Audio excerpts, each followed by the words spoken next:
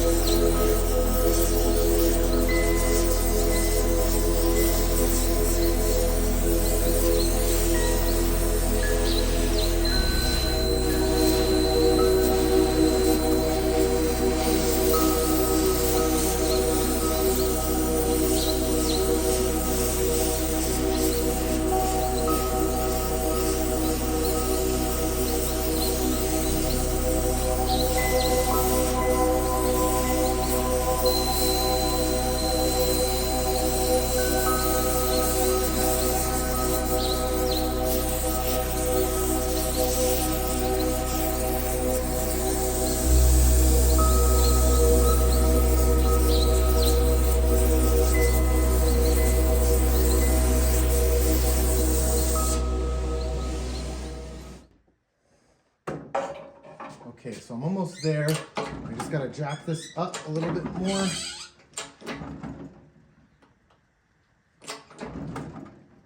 And that's it.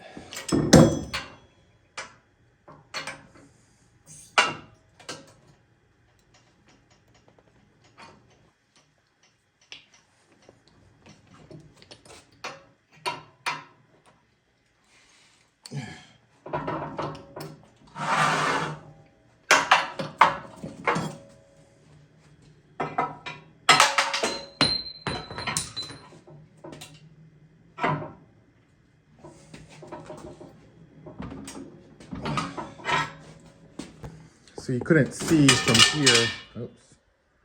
Well, you couldn't see from here, but I got a little bit of a twist in the axle when I was heating it. So what I'm gonna have to do is I'm gonna have to heat this back up and stick something in here and bend it back towards me. So that way I can get rid of that twist.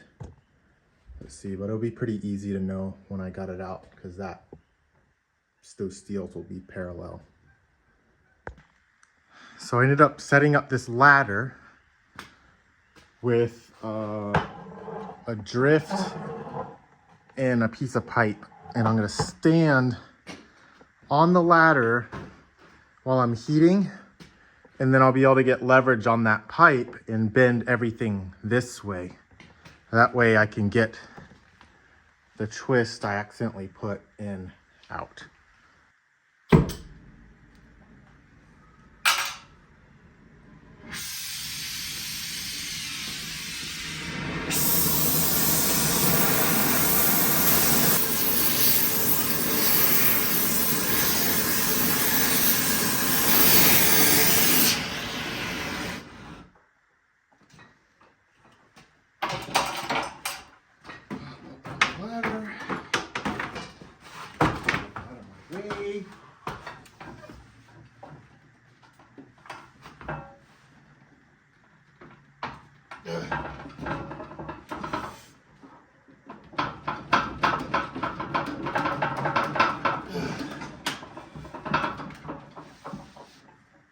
Burning the bottom of my foot.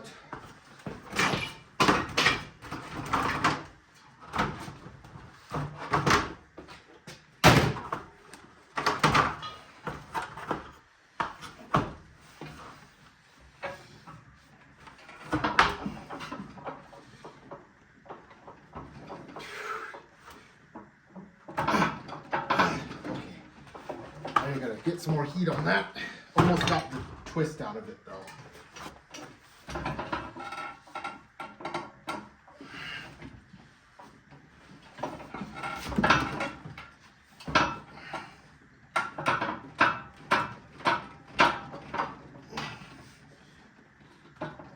Okay, there we go.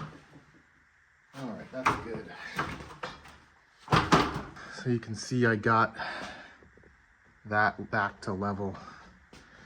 All right, so I've pretty much done about as much as I'm gonna be able to do on this axle. This is from a 39 Ford, and the earlier Model A's, you could get a little bit more, like a 4-inch drop, but with these you could only get about a 2. So I'm pretty much there, and I'm quite happy with that. I might run it again just to see, but we'll see. Yeah, let me set it up again. So I decided I'm gonna give it a little bit more. This needs to be touching this here in order for me to get my drop, and I need this to be level again like I had it set up originally. So I'm gonna go ahead and heat everything back up and keep moving forward.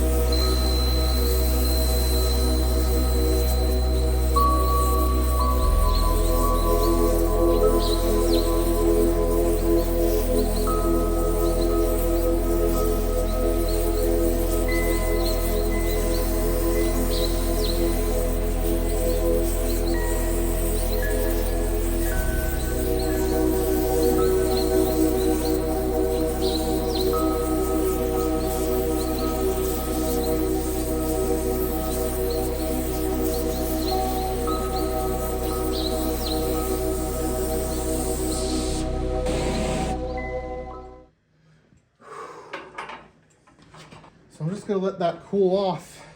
Actually, I'm gonna get my kingpin out before it cools because it'll probably be easier. So I've spent the last couple days just trying to think about what I can do to get this kingpin out of this jig. I think what happened was the bushings that go in here are made of brass. And when I was heating it, the bushings either melted or contorted. And when I was hitting the kingpin out, they got wedged into this bearing. And you can see this bearing, I got it pretty hot. So now I think what I'm gonna have to do is I'm gonna have to drill out this kingpin. So I'm just gonna try doing that. I think first what has happened too is as I was hammering this out, I mushroomed the end of the kingpin because the brass is softer than the steel that the kingpin's made out of. As I was hitting it, it just mushroomed that top. So I'm just gonna spend some time. I'm probably gonna drill a hole in the top of this. And I just hope that by drilling the hole, it'll collapse and I'm able to push it through this bearing and thus through this here. So I'm just gonna set up on the tripod and just kind of play around with that. And hopefully I'll get the thing out.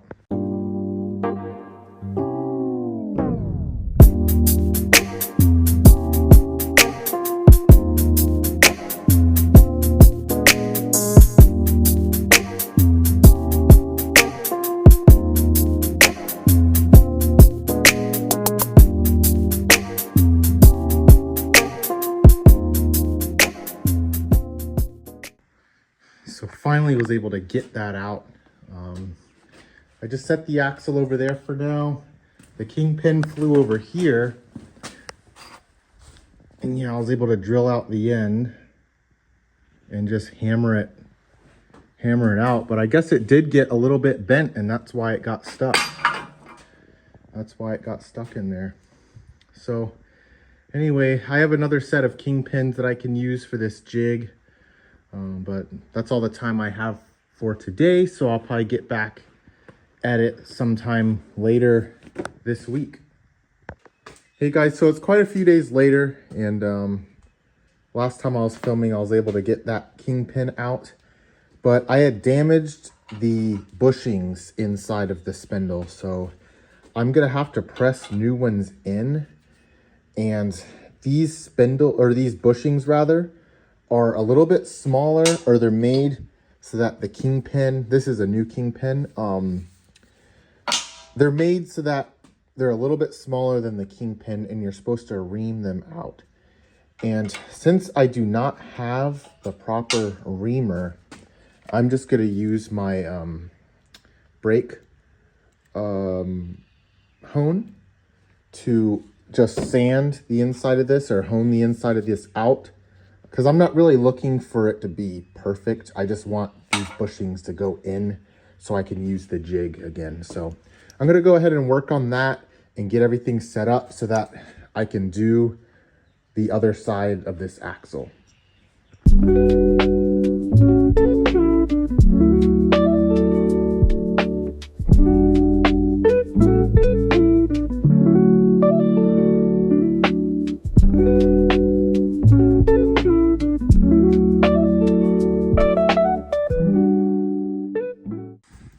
So I didn't realize, but I was filming a second part of that time lapse of me actually honing, but I missed it. But whatever, I guess it is what it is. But I went ahead and got everything set up, and I just realized I'm missing a bearing. So I do have some bearings there. I might just have to sacrifice a brand new one, which I've already sacrificed the bushings and the brand new kingpin that I bought. But I plan on upgrading to a newer style anyway. So it'll be a worthy sacrifice in order to get this done. So I'm gonna go ahead and throw the bearing in there, and then we'll be set to get started on doing this side of the drop axle.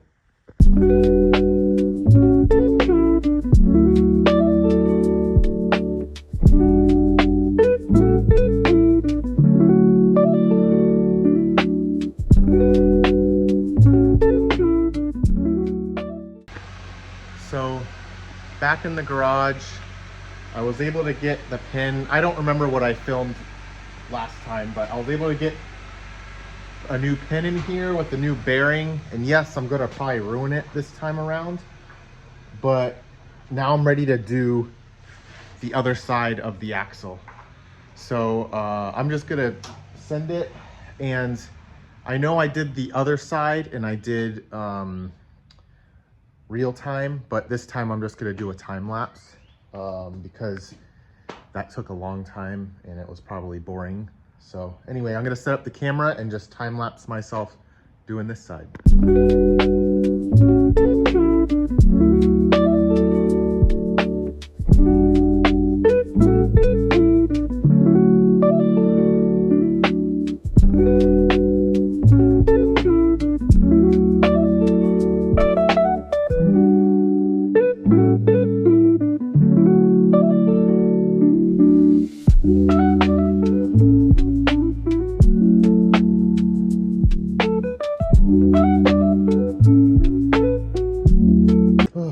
Say that went pretty well. Kingpin came out as it should have. So now I'm just gonna pull this guy out of here and cool it. There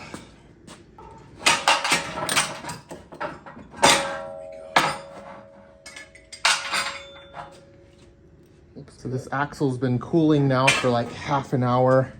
So I'm just gonna finish it off in this water. Funny sounds. Wow, it's hot. It stinks. And people are like, "Oh no, it's gonna crack." But I've been letting it cool off. It wasn't even. I could almost even touch it. I touched paper to it, and it wouldn't burn. So we're good to go.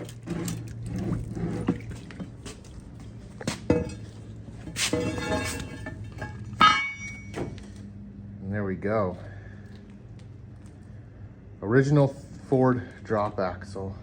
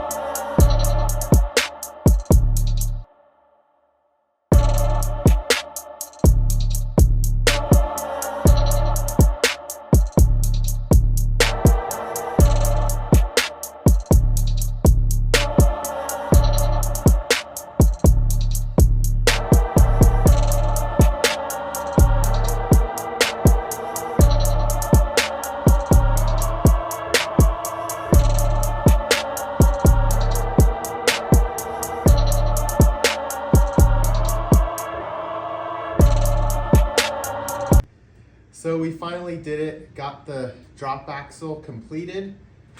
Even despite all the issues we are having with the jig, and then also getting the kingpin out and just all the obstacles we face along the way.